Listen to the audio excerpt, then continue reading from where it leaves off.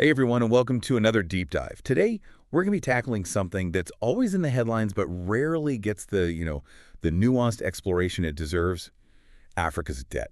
Yeah. We're going beyond those really surface level narratives to uncover the historical roots, understand the current complexities, and hopefully start to see a path towards a more sustainable future for the continent. It's a journey that's long overdue. Right.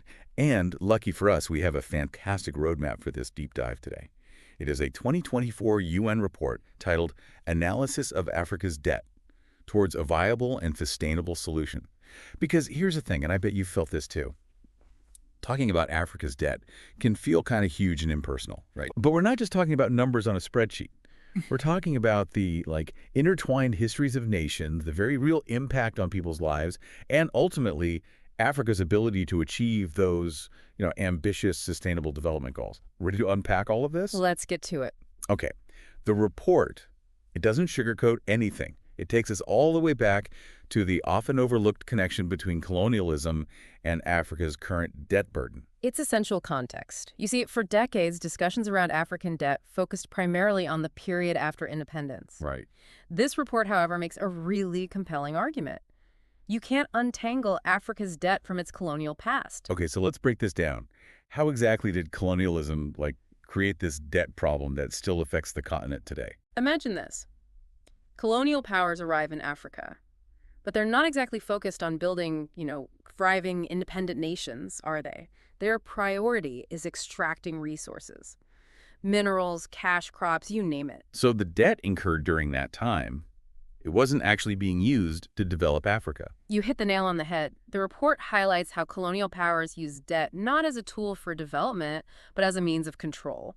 They'd lend money, but often with strings attached, earmarking it for specific projects that primarily benefited their own economies. So instead of building infrastructure to support African industries and local economies, what were they building? Think about it. Railway systems primarily designed to connect resource-rich inland areas to ports for export. There wasn't much emphasis on connecting different regions within Africa to facilitate trade and growth among themselves. Wow. Honestly, it's a little unsettling when you think about it. They were building a system where even the infrastructure was designed to funnel wealth out of Africa. That's the heart of the matter. This legacy of resource extraction, coupled with the burden of what some scholars call odious debt, essentially loans forced upon a nation without its people's consent and often used for purposes that harmed them, is a massive weight that many African nations have been carrying from the very beginning. So we're talking about debt incurred without the consent of the people, used in ways that didn't benefit them, and then simply handed down to the newly independent governments. That's a heavy load to bear, even before factoring in all the complexities that came after colonialism. Precisely. And that's where things get even more complicated. So we've got this heavy legacy of debt. And then in the decades after independence, the situation becomes even more complex, right? Absolutely. The debt landscape shifted dramatically, and this is where the UN report really digs into some, eye-opening data and trends. Because at first glance, you might look at the numbers and think, maybe it's not as dire as everyone says. That's the danger of simplifying things, right? It's tempting to just focus on debt to GDP ratios. Right. And sure, if you look at that alone, Africa's overall debt to GDP might seem relatively low compared to some other regions. But there's a catch. A big one. The cost of servicing that debt is incredibly high. And that's where things get really concerning. Okay, so we're talking about the interest payments, the fees, all that money flowing out just to manage existing debt. What's driving those high costs? It's a perfect storm of factors. Think high global interest rates, often unfavorable credit ratings assigned by those big international agencies. Which, by the way, feels like a whole other deep dive waiting to happen. Yeah. But let's unpack that idea of credit ratings for a second. It's not exactly something most people think about every day. You're right, but it's crucial to understanding this whole picture. Imagine being charged a higher interest rate on your mortgage just because you live in a certain neighborhood, even if you have a perfect repayment history. That's kind of what's happening with these credit ratings. They can be subjective and perpetuate disadvantages. That's a really good analogy. It makes it so much clearer how these systems can, stack the deck against certain countries. Exactly. And the higher interest rates that result from those ratings, they put a huge strain on a nation's budget. It's like trying to save for a down payment on a house while also juggling a mountain of high-interest credit card debt. Something's got to give. And tragically, what often gives are crucial investments in healthcare, education, infrastructure, all the things that drive long-term development and help break cycles of poverty. The report actually highlights this really jarring statistic. In 2020, over 40% of African countries were spending more on debt servicing than on healthcare. Wait, hold on. Did you say 40% of African countries are spending more on just managing their debt than on the health of their people? That's deeply troubling. It is, and that stark reality underscores the urgency of finding new approaches and new solutions. So facing these challenges with external debt, many African nations have tried to become more self-reliant. The report talks about a shift in recent decades where they've become more reliant on domestic borrowing. On the surface, that sounds like a good thing, right? More control over your own destiny. You'd think so. And it has helped some countries, particularly those with more developed financial markets, to access credit at lower costs. But for many others, this shift to domestic borrowing has come with higher interest rates and shorter repayment terms compared to some external loans. So it's a trade-off.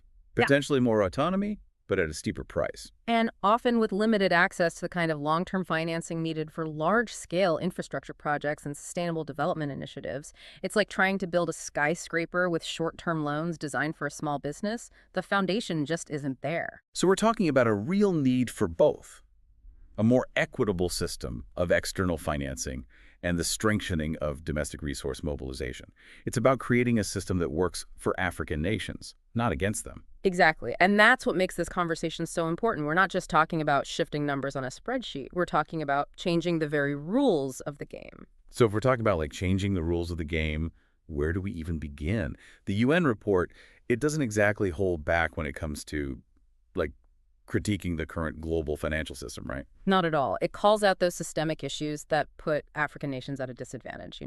Things like inherent biases, a focus on short-term gains over long-term sustainable development. Yeah, it feels like the conversation needs to shift from how much debt does Africa have to like, what is debt for?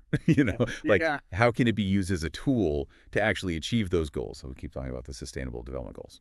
That's the million-dollar question. And this UN report, it really pushes us to grapple with that. It argues that we need to move beyond just assessing sustainable debt based on a country's ability to repay, right now.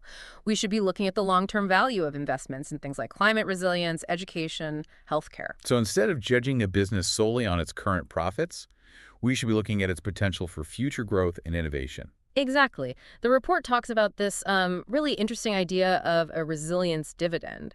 It argues that even if certain investments require a country to take on some debt up front, if those investments boost things like climate resilience, you actually reduce that country's risk profile in the long run. Because you're creating a more stable economy, one that's better equipped to handle shocks and crises, so then it actually becomes less risky to lend to that country in the future. It's like investing in a stronger foundation that everyone benefits from. Precisely.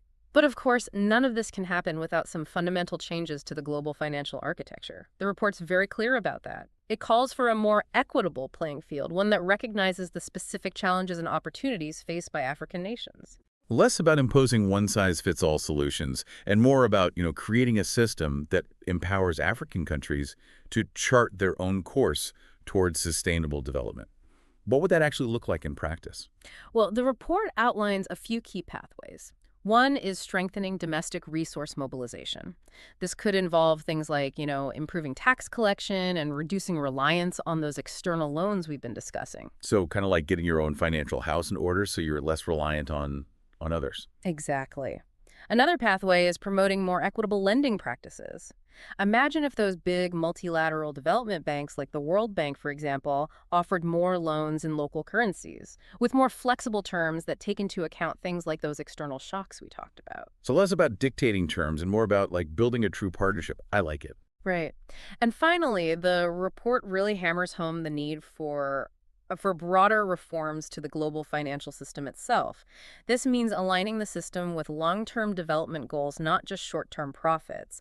It means creating fairer credit rating systems that accurately reflect Africa's potential, ditching those outdated perceptions that often lead to unfair ratings. It feels like a tall order. Yeah. But also, listening to all of this, I feel a sense of, I don't know, hope. Like we actually have the knowledge, the tools to create a system that is more just and sustainable. What we need is the collective will to make it happen. I completely agree. And that's where you, dear listener, come in, because awareness is the first step toward action. Right. Think of this deep dive as a crash course in the complexities of Africa's debt, but also like as a call to action. Don't let this be the end of your exploration. If you found the idea of a fairer credit rating system interesting, look into the African Credit Rating Agency.